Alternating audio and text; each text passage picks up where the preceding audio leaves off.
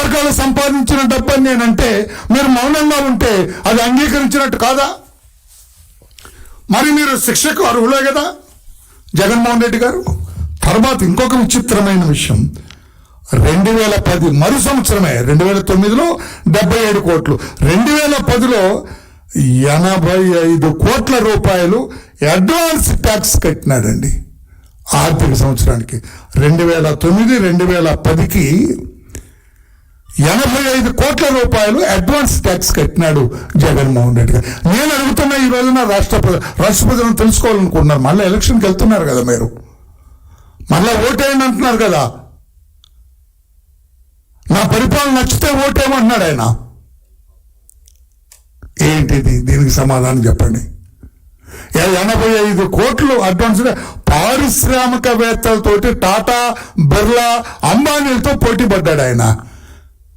మన కళ్ళ ముందు 2004లో చిన్న ఇంటిలో ఉన్న వ్యక్తి మన కళ్ళ ముందే పెరిగి టాటాలు, బిర్లాలు, అంబానీలతో పోటీ పడ్డాడు జగన్మోహన్ రెడ్డి గారు.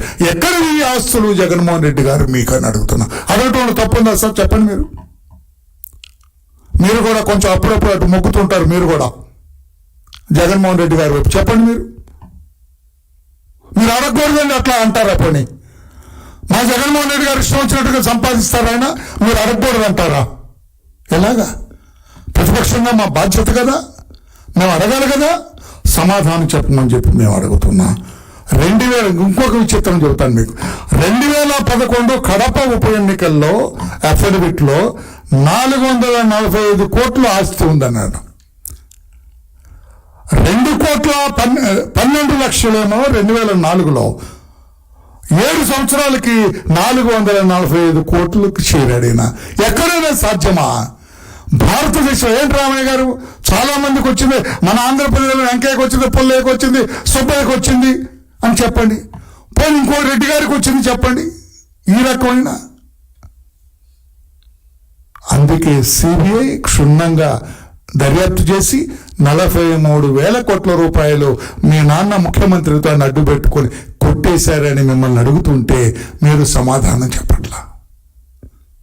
ఈ రోజు నేను అడుగుతున్న సమాధానం చెప్పండి రాష్ట్ర ప్రజలకి. ఎలక్షన్కి పోబోతున్నారు, లేకుంటే మీరు ఒక తప్పుడు మనిషిగా చిత్రీకరణ అవుతుంది రేపు ఎన్నికల ప్రజాక్షేత్రంలో. నేనే ప్రజలను అడుగుతా, సమాధానం చెప్పని వ్యక్తికి మీరు ఎట్లా ఓట్లేస్తారని నేను అడుగుతా. రాష్ట్ర ప్రజలు కూడా సమాధానం చెబుతారా మీరు? మా జగన్మోహన్ రెడ్డి గారు చెప్పర్లేండి, ఎన్ని కొట్టేసినా చెప్పరని అంటారా? సమాధానం చెప్పని అడుగుతున్నా.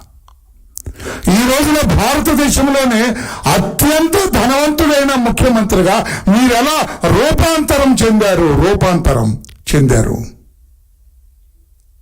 దొంగలి పురుగు సీతాకోక చిలుకుగా మారినట్టు ఒకనాటి పేదవాడైన జగన్మోహన్ రెడ్డి వాళ్ళ నాన్న ముఖ్యమంత్రితో అడ్డు పెట్టుకొని 6 ఏళ్లలోనే 7 ఏళ్లలోనే భారతదేశంలో అత్యంత ధనవంతుడైన ముఖ్యమంత్రిగా ఎలా రూపాంతరం చెందారు?